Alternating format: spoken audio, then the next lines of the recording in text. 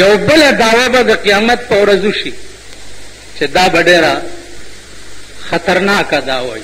وقال الرسول یا رب ان قوم اتخذوا هذا القرآن مهجورا.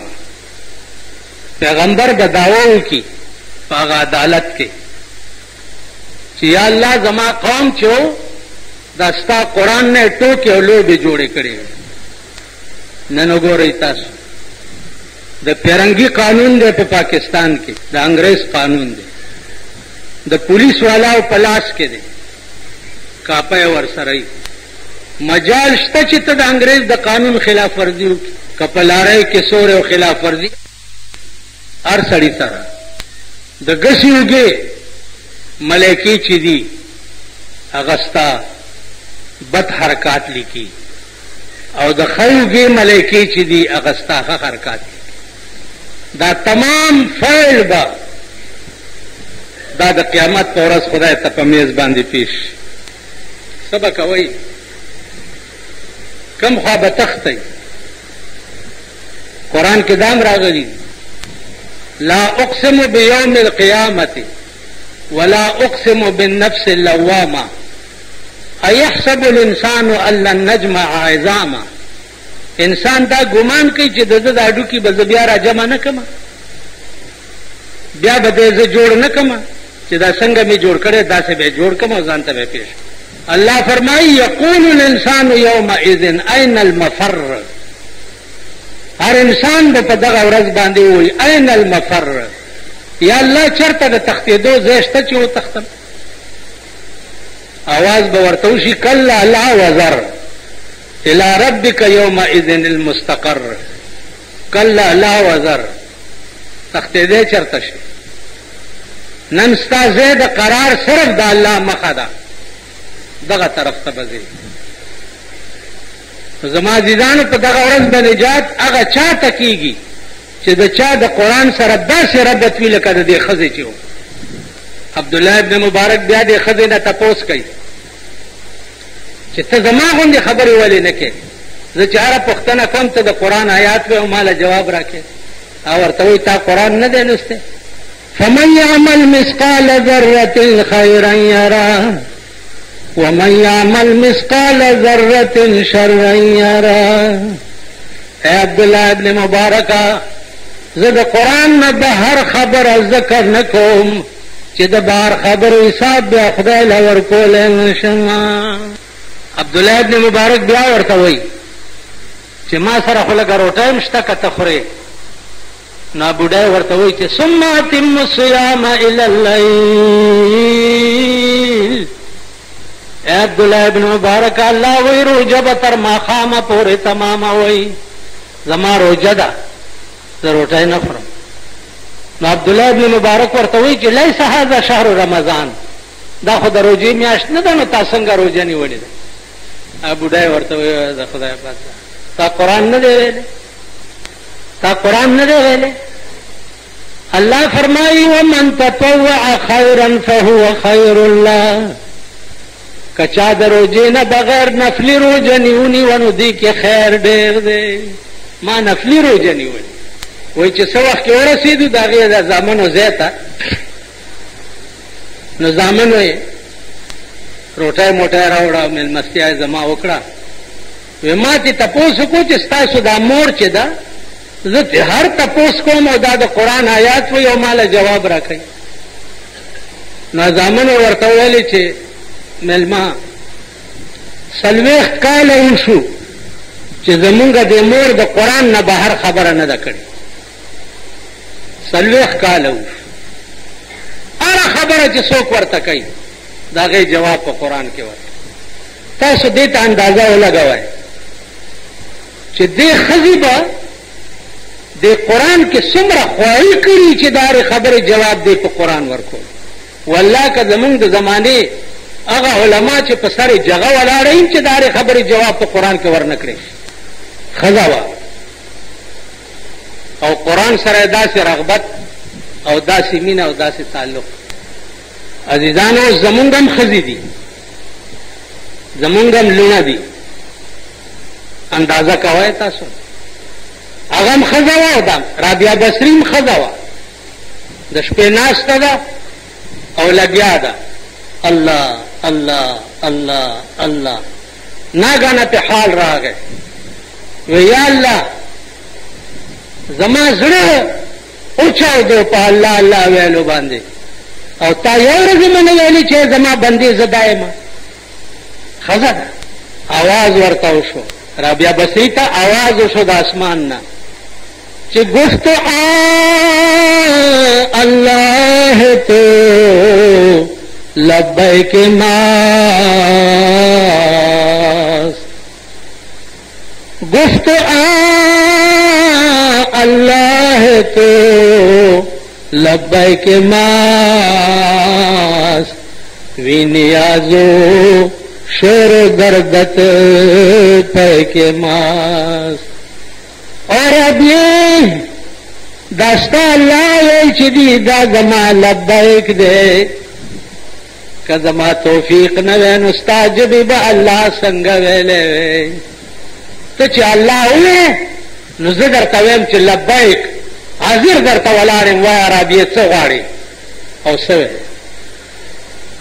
دام خدا دا چی دا اسمان نورتا آوازونه پنی مشپا کے براو وطا پدی کسو کے بگرزے دا اوی دے چی جاگنا ہے تو جاگ لے افلاک کے سائے تلے، جاگنا ہے تو جاگ لے افلاک کے سائے تلے، حشر تک سوتا رہے گا خاک کے سائے تلے. ویخشا د دې اسمان د سوري لاندې ویخشا تر قیامت به بیا د خاورو د سوري لاندې پروت دی، هیڅ به نشي کولی.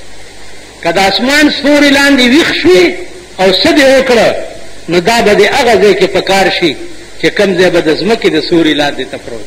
عزیزانو دام ښځه وه. اوس نن سبا په داسې وخت کې پیدا یو، تاسو هسې دې ته سوچ وکئ چې دا تبلیغ والا چې دي او په دې جوماتونو باندې ګرځي، خلکو ته څه وایي؟ څه وایي؟ څه وایي ماما؟ سر مه خوځوه که نه، غوږونه دې نشته. خلکو ته څه وایي؟ چې جومات ته راشئ، کلمه زده کوئ، مونځ زده کوئ. دا نن په دې بدبخت ملک کې، په دې بدبخت ملک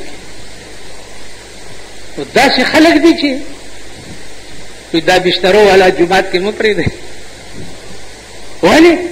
وایي دوی له د امریکې نه پیسې راځي.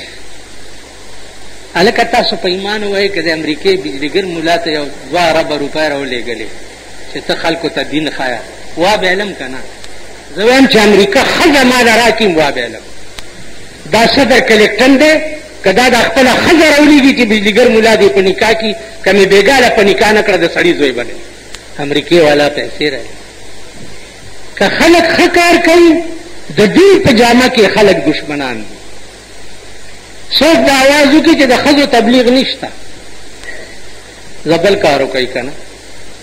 که ښځو له دین ښوده ضروري نه وی نو یو پیغمبر له به د سلو ښځو اجازت نه وی. هغه صرف دې دپاره و چې بعضې د زنانو داسې ملایکې دي مسلې دي چې هغه د سړي په ترو باندې زنانه ته نشي کېدی. اوس ځکه د حیض باز تاسو ته شروع کړمه نو دا لوډ سپیکر دی، ډېر چاپېر کورونه دي، دا د علاقې خلک وایي دا یې څنګه پوچې خبرې وکړي، وایي به که نه به یا کیسټ کې راشي نو دا وایي دا یې څنګه پوچې خبرې وکړي. نن 100% ښځې چې دي په غسل کې، تاسو چې کورونو ته اوس لاړ شئ خپلو ښځو نه تپوس وکئ چې په غسل کې څو فرض دي. ښځو نه تپوس وکئ چې په غسل کې څو فرض دي. که درته ویې په دا مخ مې تو کوي. ښځه په سر هسې اوبه واړئ او نور ځان لوند کي، غړغړې نه کوي، استنشاق نه کوي، پوزه کې اوبه راخکل، کمپلیټ په غسل کې. سړی له نه ورځي، سړی له پوزه کې اوبه راښکل دا فرض دي، 3 ځله غړغړې کول دا فرض دي. ټول بدن کې که یو ویښته وچ پاتې شو کمپلیټ غسل نه دی وتی، دا سړی په غسل کې دوی به سکاوي ته لاړ شي بړ بړ بړ بړ بړ بړ بړ دا تولیه به په ځان باندې دغه کړي او د شپې به جمع کړي او سهار به راشي بس په جمع کې به مانځه. بل دا چې د حیض شرایط څه دي او د نفاس شرایط څه دي. نفاس وایي چې بچی د ښځې پیدا شي، حیض وایي هغه ماهانه بیماری ته د ښځې. دې دپاره 2 لکه مسایل دي چې ښځې ورته عالمانې نه کې، دا ښځې به پوهی سو. سړو ته خو تاسو نه راوړئ، سړو له دې له راولئ چې په سره ګرده چې دا رټې د خلک ګوري، شامي روډ ته ځه چې دا خلک د لاندې باندې ګوري، دې له راولئ. لیکن دین له خو تاسو چېرته ښځه نه راوړئ. نو عزیزانه خدای ته ګورئ، لغوندې خپل عقل مو کوي.